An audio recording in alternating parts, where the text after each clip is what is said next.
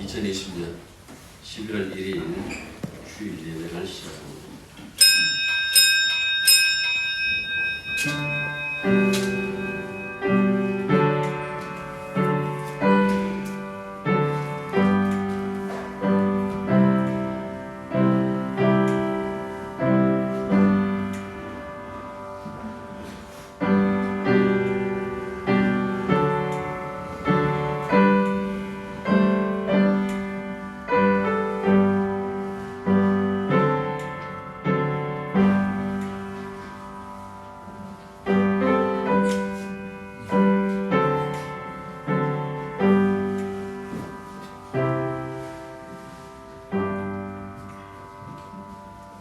하나님 아버지의 섭리대로 순종하는 자연의 그 모습이 비록 잎이 떨어지고 시들고 거리에 뒹굴어도 그것이 아름다운 것은 주님께 순종하기 때문입니다.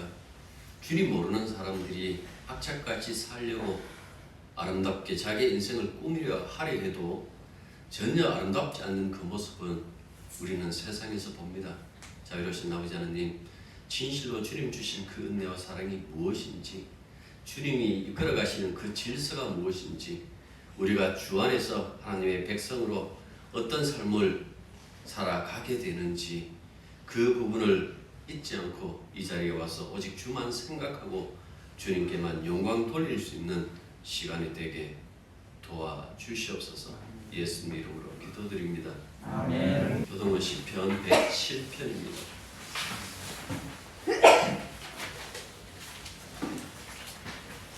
여호와께 감사라. 그는 선하시며 그 인자심이 영원함이로다. 여호와의 성령을 받은 자는 그같이 말할지어다. 여호와께서 그의 손에서 그들을 축복하사 동서남북 각 지방에서부터 모으셨도다. 그들이 광야 사막에서 만나며 그들의 소식을 전수하고 줄이고 목이 말라 그들의 영혼이 그들 안에서 피곤하였도다. 이에 그들이 근심 중에 여호와께 부르짖음에 그들의 고통에서 건지시고 또 바른 길로 인도하사 거주할 성읍에 이르게 하셨도다. 여호와의 인자하심과 인생의 행하심을 기억하며 아멘. 앉으십시오. 말씀하십니다. 에베소서 3장 1절부터 6절.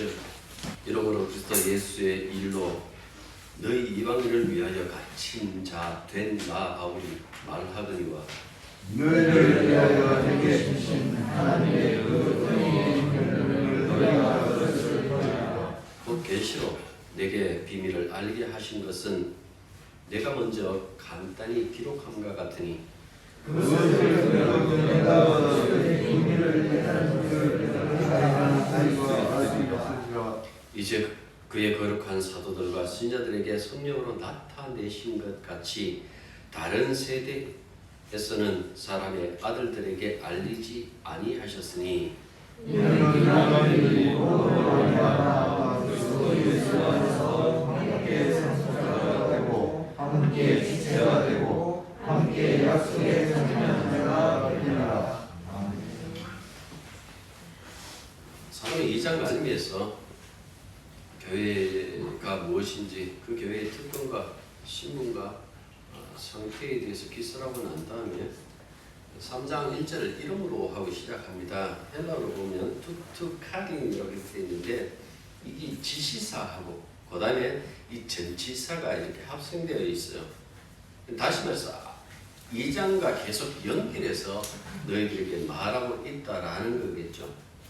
그 2장 12절부터의 그 내용을 잠시 요약해서 여러분들께 말씀해 드린다면, 이스라엘 나라 밖의 사람이어서 약속의 언약들에 대해서는 외인이었던 그들, 세상에 소망이 없고 하나님도 없었던 그 이방 사람들이었던 에베소 교우들이 그리스도 안에서 그의 피로 유대인과 화평을 누릴 뿐만 아니라 그 둘이 하나의 새 사람으로 지음을 받고 이제는 종말의 성전, 교회의 구성원이 되었다라는 그 이야기를 하고 있습니다. 그러니까 성도들과 같은 시민, 하나님의 가족, 사도들과 선지자에게 특유의 세우심을 입었다라는 이 말을 통해 가지고 얼마만큼 하나님께서 그들을 사랑하시는지 그들을 이끌어 가시는지 그 부분을 분명히 이야기해 주는 거예요. 그래서 투투카린 하고 이름으로 하고 그 말을 이어가는 거예요. 1절 보시면 이름으로 그리스도 예수의 일로 너희 이방인을 위하여 갇힌 자 된 나 바울이 말하거니와 이렇게 말씀하고 있죠. 여기 보면 갇힌 자 된 나 바울은 이렇게 얘기를 하고 있어요. 이방인들을 그리스도 안에서 교회 이름이 되게 하는 그 목적에 동원된 자신이 감옥에 갇혀 있다라는 그 얘기를 해요. 사실 그가 3차 순회 전도 여행을 마치고 나서 예루살렘으로 돌아왔을 때 예루살렘 교회의 군면에 의해서 이방인을 데리고 성전에 들어가요. 이 결례를 마친 그 사람들을 데리고 성전에 들어가는데 사람들이 오해해서 이방인을 데리고 성전에 들어왔다라는 그것을 오해하고 그 조작된 제목을 가지고 유대인들에게 이렇게 잡힙니다. 그러다가 로마 군대에 넘겨지는데요. 그 이후에 가이사랴에 갇혀 있다가 결국은 로마 시민권을 통하여 로마에 이르기까지 미결수 신분으로 수감생활을 하는 그 바울의 이야기가 사도행전에 자세히 나오고 있습니다. 바울이 로마 감옥에서 쓴 것이 소위 옥중서신이라고 그렇게 얘기를 하는데요. 이건 뭐 제가 1장 처음에 시작하면서 에베소서를 시작하면서 그 말씀 드렸습니다만은 에베소서, 빌립보서, 골로새서, 빌레몬서 이 네 서신을 바울이 로마서 옥중에서 기록했다라는 그 말씀입니다. 그래서 바울은 지금 여러분들 이 말씀을 하는 걸 자세히 보면 자신이 갇힌 것에 대해서 억울하다 혹은 민망하다라고 그렇게 얘기를 하지 않습니다. 오히려 자기가 갇힌 것이 계시의 일환이다라고 이렇게 얘기를 해요. 그러니까 바울은 자기에게 일어난 그 모든 일이 자기의 잘못된 선택이나 혹은 타인이 내 인생에 개입해서 벌어진 일이라고 생각하지 않고 모든 일이 주님이 주도하고 있다는 그 사실을 얘기를 해요. 그래서 4장 1절을 보시면 그러므로 주 안에서 갇힌 내가 이렇게 얘기를 해요. 이 말씀이 뭔가 하니까 바울을 주도하고 계시는 분이 주님이시다. 주님이 그의 모든 것을 주장하고 있다라는 그 말씀을 하고 있는 거예요. 우리는 내 일이 잘못 들리면 원망하잖아요. 자기를 탓하든 아니면 주님을 탓하든. 자기를 탓한다 그러면 이렇게 얘기하겠죠. 내가 기도를 참 못했어. 내가 신앙생활을 참 못했어. 주님을 탓하면요. 주님 왜 저를 도와주지 않습니까? 라고 그렇게 얘기를 하는데 사도 바울은 우리처럼 그렇게 얘기하는 것이 아니라 모든 것이 다 계시의 일환이다. 하나님의 뜻 안에 있는 것입니다. 이 진술이 그가 특별히 이방인의 사도로 부름받은 소명과 관련이 있다는 것은 성경을 여러분들 자세히 읽어보시면 다 아시는 거예요. 2절 보십시오. 너희를 위하여 내게 주신 하나님의 크게 경륜을 너희가 들었을 터이라 이렇게 말씀하고 있어요. 여기 경륜이라는 말 나오죠. 이걸 국어사전에 보면 일을 조직적으로 계획함 혹은 천하를 다스림이라는 그 의미가 있어요. 그런데 이 경륜이라고 번역한 원어를 보면 오이코노미안이라고 되어 있어요. 이게 뭐냐? 이게 합성인데요. 집을 관리하는 청지기 혹은 종을 의미합니다. 그래서 여기서 말하는 경륜이라는 것은 하나님께서 다스린다라는 그런 의미가 아니라 하나님께서 바울에게 맡기신 직책이라고 이렇게 이해하셔야 되는 거예요. 이방인의 사도로 부르셨다라는 그 말씀이에요. 그래서 고린도서 4장 1절을 보면 나는 자신을 이렇게 얘기를 해요. 그리스도의 일꾼이요 하나님의 비밀을 맡은 자라고 이렇게 얘기를 한다고요. 그러니까 이 말씀에 있는 것처럼 사도 바울은 하나님이 세우신 그 청지기로서 비밀을 맡은 청지기로서 지금 그 일을 하고 있는데 그 일의 일환으로 내가 옥에 갇혔다 하고 말하는 거예요. 1장에서도 비밀이라는 이 단어가 나와요.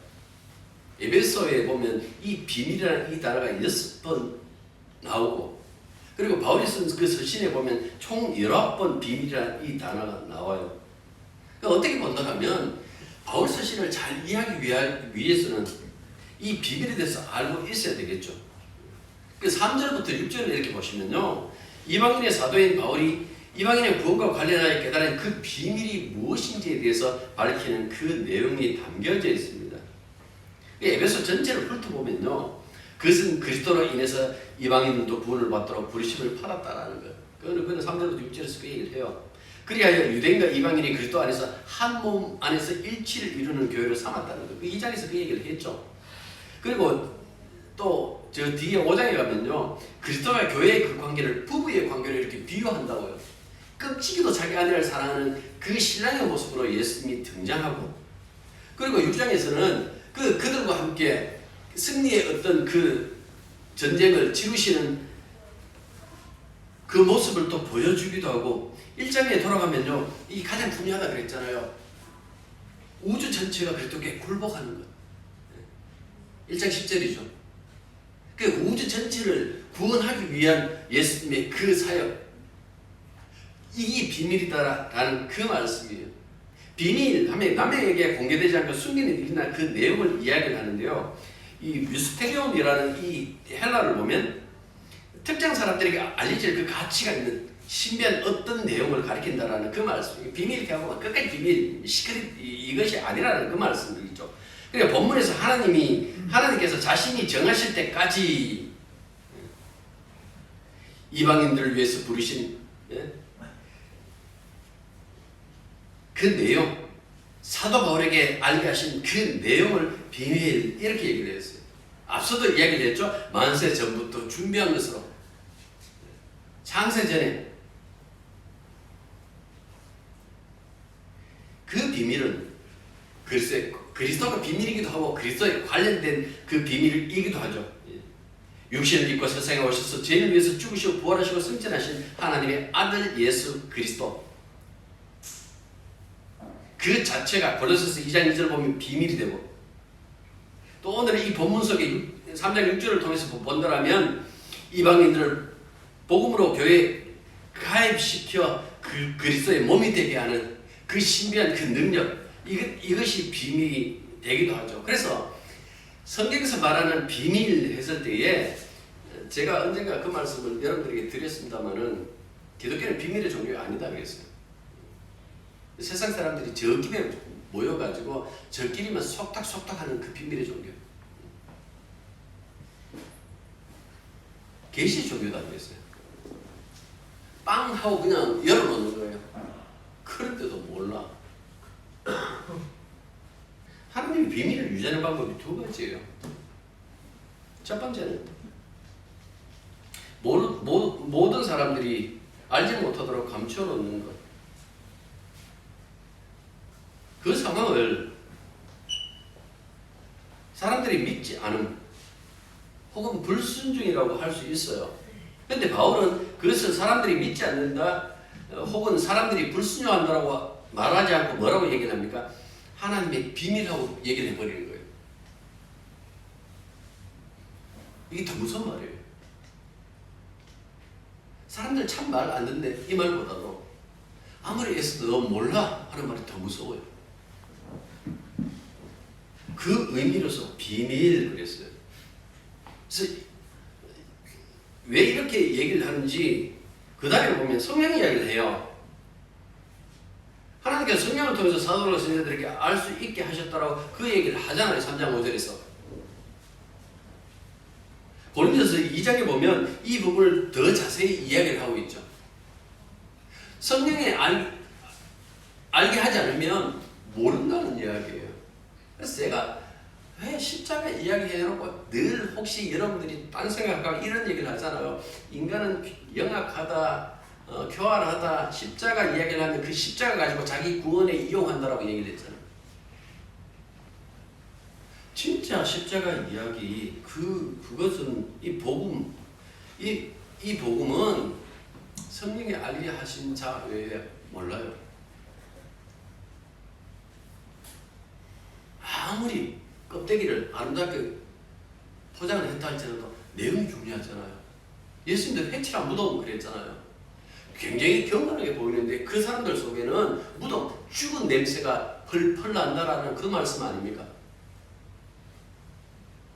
어떤 사람이 이 말을 하니까 이 사람이 우리와 같은 생각을 가지고 있을 것이다. 그런데 그렇게 생각하지 마십시오. 내용을 보셔야 되는 거예요. 그 내용이 진짜 말씀과 일치한가라는 그 부분을 볼 필요가 있다는 그 말씀이에요. 바울은 이 비밀은 지식으로 된 것이 아니다라는 그 말씀을 분명히 이야기를 하고 있어요. 하나님의 영이신 성령이 알게 하셔야 가능하다라는 그 주장이죠. 그래서 어떻게 보면 지금 계시대에서 열려 있다 할지라도 그 비밀 유지는 여전히 유효한 거예요. 봐도 모르는 거예요.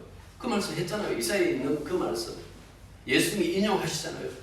들어도 알지 못하고, 봐도 깨닫지 못하고. 그 비밀 유지는 여전히 유효하다라는 그 말씀이에요. 하나님의 아들이 십자가의 피로 온 우주를 구원을 이끈다. 이거는 인간뿐만 아니라 영적 존재들도 알지 못했다. 그렇게 얘기를 해요. 그래서 십자가라는 것은 인간들에게만 정말 생소한 경악스러운 복음이 아니라 소위 말해서 영적인 어떤 그 존재들에게도 아주 생소한 복음이죠. 이 복음을 통하여 주님은 구원을 이루시는 거예요. 영적인 존재도 알지 못하니까 인간들은 더더욱 모르겠죠. 복음서에 보면 예수님이 제자들에게 자신의 순환과 죽음과 부활을 3번이나 말씀했어요. 제자들이 이해했습니까? 우리 삼세판 좋아하잖아요. 3번에 이야기했는데 알아들었습니까? 못 알아들었다고 했어요. 왜? 관심이 없었어요. 이 사람들은 예수와 함께 예루살렘에 올라가서 나는 어떤 자리 차지할까? 모든 인간들이 꿈꾸는 어떻게든지 성공해야 되겠다는 그 생각들만 가득 차 있었으니까 예수님이 그 얘기를 할 때 내게 내 꿈을 이루는 데는 불필요한 말이에요. 그래 안 들은 거예요. 안 들을 정도가 아니다 그랬어요. 마가복음 몸에 뭐라고 얘기를 합니까? 베드로가 주님을 불러내요. 불러내놓고 얘기를 합니다. 꾸짖었다 그랬어요. 뭐라고 꾸짖었을까요? 그렇게 하면 안 됩니다. 3년 동안 당신 뒤따라왔는데 이제 와서 당신 죽겠다는 그 얘기를 하면 어떻게 합니까? 왜 당신 입장만 생각합니까? 우리 입장은 생각 안 하고요. 꾸짖었다라는 그 말을 할 만큼 이 사람들은 전혀 이 복음을 몰랐다라는 그 말씀입니다. 그래서 이 지식은 성령을 통해서만 아는 거예요. 그래서 바울은 복음에 대해서 얘기할 때 뭐라고 얘기를 합니까? 이 사람으로부터 받은 것이 아니다라는 그 점을 분명히 얘기를 해요. 갈라디아서 그 얘기를 하죠. 랍비 전통, 자기가 랍비였지 않았습니까? 랍비 전통으로부터 물려받은 것도 결코 아니다라는 그 얘기를 해요. 자신은 하나님으로부터 성령으로부터 계시를 받았다라고 그렇게 얘기를 합니다. 사람들은 기도 많이 하면 알지 않을까요? 그래서 많은 사람들이 나 기도하면 저 사람은 눈 뜨는 순간부터 기도하더라. 눈 감을 때까지 기도한다. 아니 꿈꾸면서도 기도한다더라. 저 사람이 24시간을 그 기도로 가득 차 있으니까 저 사람은 기도의 사람이라고 할 수 있다. 쫄리죠? 그런 사람 만나면. 혹시 이 사람이 내 속이라도 들여다보면 어떨까라고. 사람들이 왜 기도할까요? 앞서 때 얘기했지만 내 이야기 들어달라고 기도하는 거예요. 나의 역사 그거 좀 알아달라고 하소연하는 거예요. 개척교회 목사가 기도하면 뭐라고 기도하겠어요? 우리 교회 풍성하게 해주십시오. 프레하고 선수라면 뭐라 할까요? 제발 5강 안에 들어가지고 이번에 가을야구 좀 할 수 있도록 해주십시오. 사람들은 다 자기 꾼 거예요. 지금 보면 나라가 시끄럽잖아요. 그러니까 정치를 해도 뭡니까? 내 편만 옳다라고 하죠. 양진영이 다 그렇죠. 그러니까 어떻게 보면 세상 사는 자체가 게임이에요. 그러니까 세상 사는 게 거기에 승부를 건다라는 그 말씀이에요. 얘는 보십시오. 뭐 골목식당입니까? 하면 뭡니까? 왜 합니까? 내 업종에서 내가 하는 이 음식을 통해서 성공하고 싶다는 것 아닙니까? 모든 사람들은 그것만 꿈꿔요. 근데 그 사람들에게 가고 예수 합니까? 라고 물어보면 예수 들어는 봤는데 지금의 관심 둘 형편은 아니라고 아마 그렇게 얘기를 할 거예요. 왠가하니까 교회 다니는 사람에게도 예수 물어보면 잘 몰라요. 한국에 많은 이 교인들이 이단에 빠지잖아요. 이번에도 뭐 예수 중심교회가 이초석이라고 짬뽕이잖아요, 짬뽕. 이장님이하고 저 김기동하고 그 섞어가지고 좋은 것만 이렇게 따가고 사람들이 왜 모를까? 관심이 없어요, 복음에. 기도를 해도 자기의 생활을 위해서 하니까 예수를 몰라요. 십자가에서 어떤 일이 벌어졌는지 관심이 없어요. 그래서 하나님께서 이런 인간을 대해서 할 수 있는 일이 뭔가 하니까 그들이 스스로 구원받는 것을 무산시키기 위해서 어떻게 한다고요? 말씀을 비밀로 봉하고 감추는 일이에요. 감춰버리는 거예요.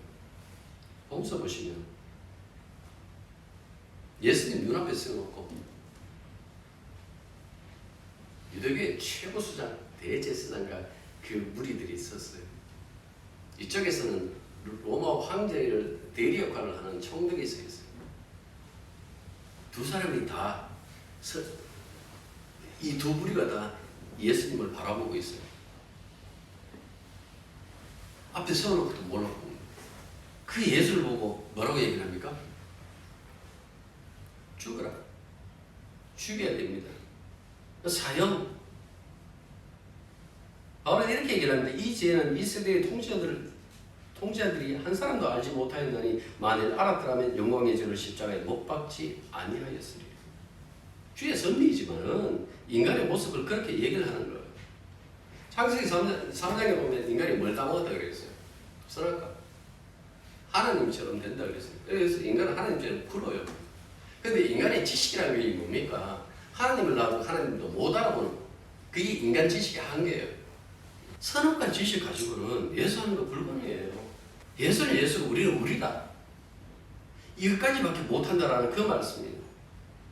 이것 때문에 사람들은 그리스도에게 무관심하고 배척하고 미워하고 죽이죠.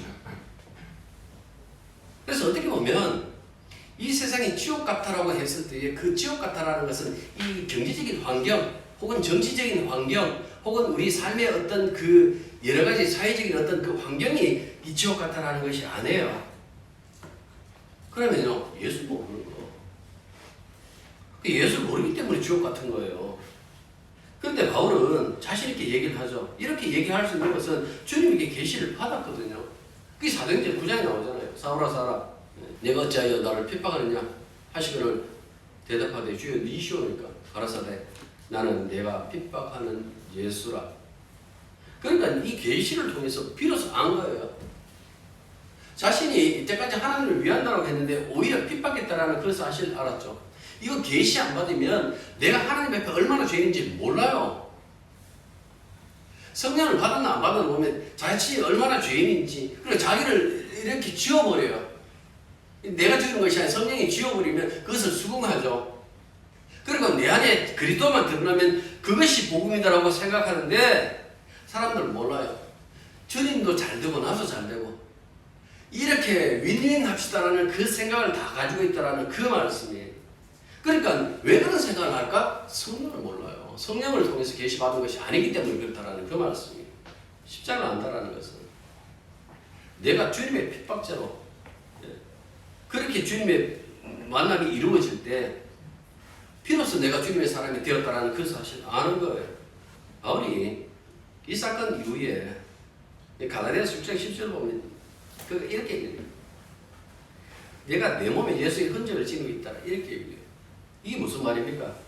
그러니까 그 십자가 예수님을 그 부정했던 그 현실이 이제는 내 모든 삶에 생생한 낙인이 되어서 날마다 모든 삶에 지켜 나온다라고 그렇게 고백한다라는 그 말씀입니다.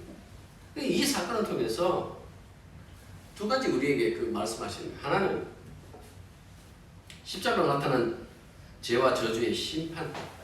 하나님께서 얼마나 우리의 죄에 대해서 어떤 분노를 보이시는지 그것을 보이는 것. 또 하나는 그 저주와 심판을 넉넉히 이기게 하시는 하나님의 용서와 사랑이에요.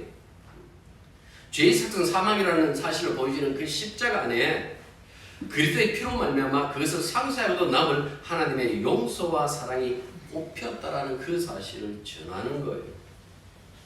그래서 바울이 이 얘기를 하는 거예요. 십자가 그 사건이 내 인생을 휘감아 버렸다라고 그렇게 고백하고 있는 겁니다. 그런데 사람은 관심 없어요. 예수님의 십자가. 그냥 교회 올 때만 그 얘기를 했지. 맨날 자기 인생에 구멍난 것만 생각해요. 총 맞은 것처럼 구멍난 가슴에 제가 노래를 좀 잘했으면 직접 불러드리는데 하나님께서 힘께나 쓰실 거니까 그 힘 좀 끌어다가 내 인생에 쓰고 싶다는 얘기예요. 총 맞은 것 같은 내 가슴에 난 이 구멍을 통해서 나의 행복이 솔솔 빠져나가는데 제발 이거 좀 메워 주십시오. 그래서 하나님 찾는 거예요. 내 꿈을 이루어질 그런 주님을 만나겠다고 하고 있지만 그런 하나님 없어요. 그런 예수 없다라는 그 말씀이에요. 교회가 우리가 얼마나 큰 복을 받은지 2장에서 이렇게 봤어요. 23절 교회는 그의 몸이니 마물 안에서 마물을 충만케 하시는 이에 충만한 그 주님이 가득 차 있는 사랑이 가득 차 있고 그 당신이 자신이 가득 차 있는 그 교회다 이렇게 얘기했어요. 근데 무엇을 가득 채워놨을까요? 앞서서 뭐 1장에서 보면 하늘에 있는 신령한 것 이렇게 얘기를 했잖아요. 근데 2장에 뭐라고 얘기를 하니까 피 이야기하죠. 예수님의 피. 교회가 간직하고 있는 것은 그리스도의 피. 다시 다르게 말하면 교회가 간직하고 있는 것은 예수님의 죽음이에요. 십자가의 죽음. 이게 교회를 살게 하고 새로운 피조물이 되게 하고 새로운 생명이 되게 하고 하늘나라의 시민이 되게 한다는 그 사실을 아십니까? 교회에게 준 복음은 그리스도의 죽음에 참여시키는 거였어요. 우리가 교회가 그리스도의 죽음에 참여했다는 그 자체가 복이에요. 자, 창세기 4장 잠시 한 펼쳐봐 주십시오. 3절부터 제가 잠깐 읽겠습니다. 창세기 4장입니다. 세월이 지난 후에 가인은 땅에서 손으로 제물을 삼아 여호와께 드렸고 아벨은 자기도 양의 첫 새끼와 그 기름을 드렸더니 여호와께서 아벨과 그의 제물은 받으셨으나 가인과 그의 제물은 받지 아니하신지라. 자, 여기까지만 있죠. 자, 가인은 자신의 수반 열매를 들고 하나님께 예배를 드렸고 아벨은 처음 난 양을 드리는 그 방식을 통하여 하나님께 예배를 드렸다라고 이렇게 얘기하고 있어요. 그 두 예배의 결과를 통해서 드러난 것이 무엇일까요? 아벨의 제사를 받았다라고 얘기를 했잖아요. 그러니까 이 결과가 드러난 하나님의 뜻이 뭔가 하니까 결과에 드러난 하나님의 뜻이 뭔가 하니까 죄인이 되어버린 인간을 만나실 때는 반드시 죽음을 통해서 만난다라는 그 말씀을 여기서 하고 있어요. 이 앞서 벌써부터 에덴에서 쫓겨나오고부터 인간을 만날 때는 죽음을 통해서 만나지 그냥 안 만나겠다라는 그 얘기예요. 아벨의 제사, 다시 말해서 아벨의 예배는 처음 난 양의 죽음이 있지만 가인에게 있습니까? 없습니까? 없어요. 자기의 수고만 있어요. 자기의 땀, 내가 이만큼 거두었습니다 하고 가져왔다라는 그 말씀입니다. 하나님과의 만남의 성사는 정결한 죽음 안에서 이루어진다는 것은 이게 신약에 와서 완전히 확 드러나 버리죠. 장차 예수 그리스도께서 당신의 몸으로 하나님이 받으시는 그 예배를 드리는 것에 완성되잖아요. 그게 복음이잖아요. 의로운 죽음으로 드리는 그 제사를 통해서 하나님이 죄인을 용서하시고 용납하신다라는 그 이야기를 우리는 지금까지 설교를 통해서 이것을 들어온 거예요. 정결한 죽음으로 예배를 드린 아벨은 그 자신도 죽음과 연결되죠. 성경은 그것을 이렇게 말씀합니다. 히브리서인데요. 믿음으로 아벨은 가인보다 더 나은 제사를 하나님께 드림으로 의로운 자라 하시는 증거를 얻었으니 하나님이 그 예물에 대하여 증언하시니라. 그가 죽었으나 그 믿음으로써 지금도 말하느니라. 죽었는데 지금도 말하느니라. 이게 무슨 소리일까요? 결국 뭡니까? 우리가 하나님을 만나기 위해서 어디에 참여한다고요? 죽음에 참여한다. 어린 양의 죽음에 자기가 바쳤던 그 양의 죽음에 아벨이 참여하는 것처럼 우리는 예수 그리스도의 그 죽음에 참여하는 것을 가지고 교회라고 그래요. 참여한 그 공동체를 가지고 교회라고 그러는 거예요. 자기가 벌벌 살아있는데 나 예수 믿습니다. 그 거짓말이에요. 교회는 예수님의 죽음에 이렇게 참여하게 되어 있다는 그 말씀이에요. 아, 왜 이래? 죽음은 자신이 드린 처음난 죽음과 연결되어 있지만 가인은 어떻습니까? 에덴의 동쪽 노 땅. 그 긴 세월을 살다 죽었겠죠. 이 사람은 양의 죽음과 상관이 없어요. 그냥 살다 죽은 거예요. 내 인생 살다가 얼마나 사는지 모르겠지만은 자기들의 그 새끼들이 어떻게 보면 음악의 뭐 조상, 음악의 아버지 정도가 아니고 음악의 조상, 뭐 기계하는 과학자의 조상, 뭐 이렇게 조상들이 등장하지만은 그렇게 아름다운 인생을 살았다 할지라도 이 삶에는 뭐가 없는 거니까 양의 죽음. 왜? 없어요. 그 죽음에 동심한 죽음이 아니라 그것 없는 그냥 지 인생 살다가 죽은 거예요. 그 인생들에 대해서는 어떻게 하실까요? 상관이 없는 그 인생들을 노아의 홍수를 통해서 드러나죠. 땅에 기식이 있는 것들을 다 그냥 쓸어버리죠. 그 장차의 심판을 보여주는 거예요. 이건 사람에서 나는 것 아니에요. 갈라디아서 1장 10절요. 형제들아 내가 너희에게 알게 하노니 내가 전한 복음은 사람의 뜻을 따라 된 것이 아니니라. 이는 내가 사람에게서 받은 것도 아니요 배운 것도 아니요 오직 예수 그리스도의 계시로 말미암은 것이라. 그 사람들이 살면서 뭐 자연스럽게 습득하는 것 그 방법으로 도무지 알 수 없는 것. 어릴 때부터 모태신앙이니까 내가 교회에서 습득하는 것 그 방법으로 모르는 것. 아버지가 목사니까 나는 알아가는 것 아니. 성령으로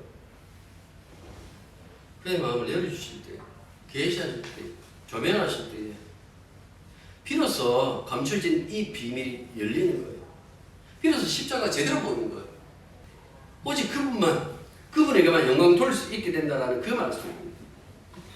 그렇기 때문에 예수 그리스도의 십자가 사건은 종교적이거나 정치적이거나 사회적인 사건이 아니에요. 성경 에베소서 1장에서 뭐라고 얘기합니까? 온 우주를 구원하시려는 하나님의 영적인 일이었다라고 그렇게 말씀하고 있어요. 이 일에서, 이 영적인 싸움에서 하나님이 영원히 이기셨다라고 그렇게 말씀하고 있죠. 따라서 인간은 하나님의 영, 이 성령을 통해서만 이 사실을 인정한다라는 그 말씀이에요. 그래서 바울 하면 여러분들 이 생각을 가지고 있잖아요.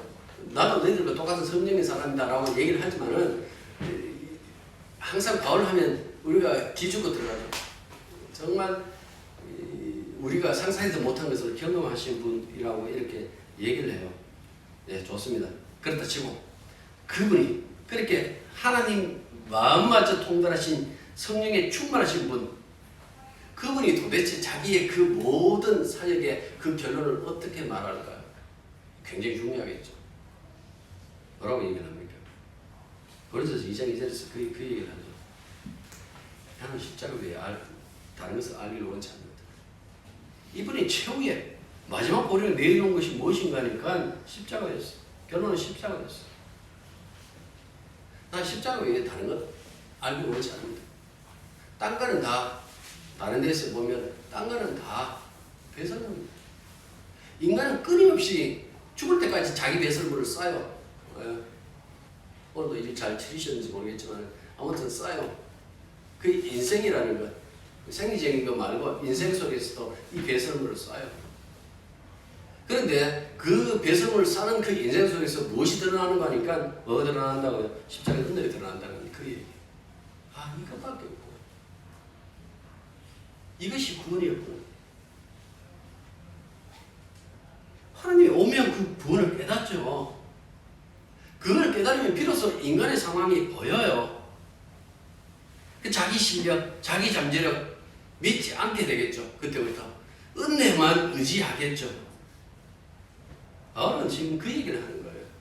비밀 얘기해놓고 나중에 그 십자가 얘기해요. 우리한테 십자가밖에 없다. 이걸 알게 하기 위하여 하나님께서 비밀로 다른 사람들에게는 알게 하지 않는다라고 그렇게 말합니다. 인간 중심의 복음, 인간을 위하는 성경 없어요. 성경은 오직 아들에만 관심이 있어요. 아버지가 말씀하시고 아들이 말씀을 성취하시고, 그래서 성경에는 아버지와 아들에게 돌아갈 그 영광, 그것밖에 없어요.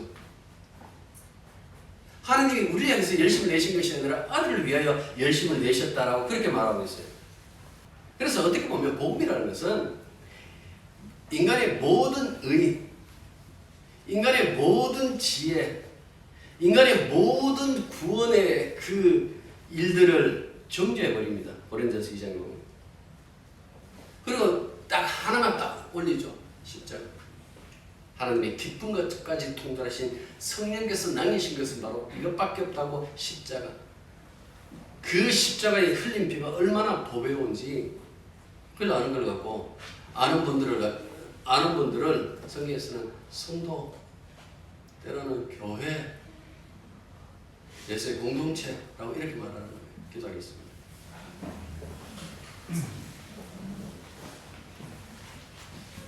제사랑 복음 속에 늘 있기를 원합니다. 교회에 나오는 사람이 아니라 예수 믿는 사람이 되기를 원합니다. 나를 위한 주님이 아니라 주님께 속해버린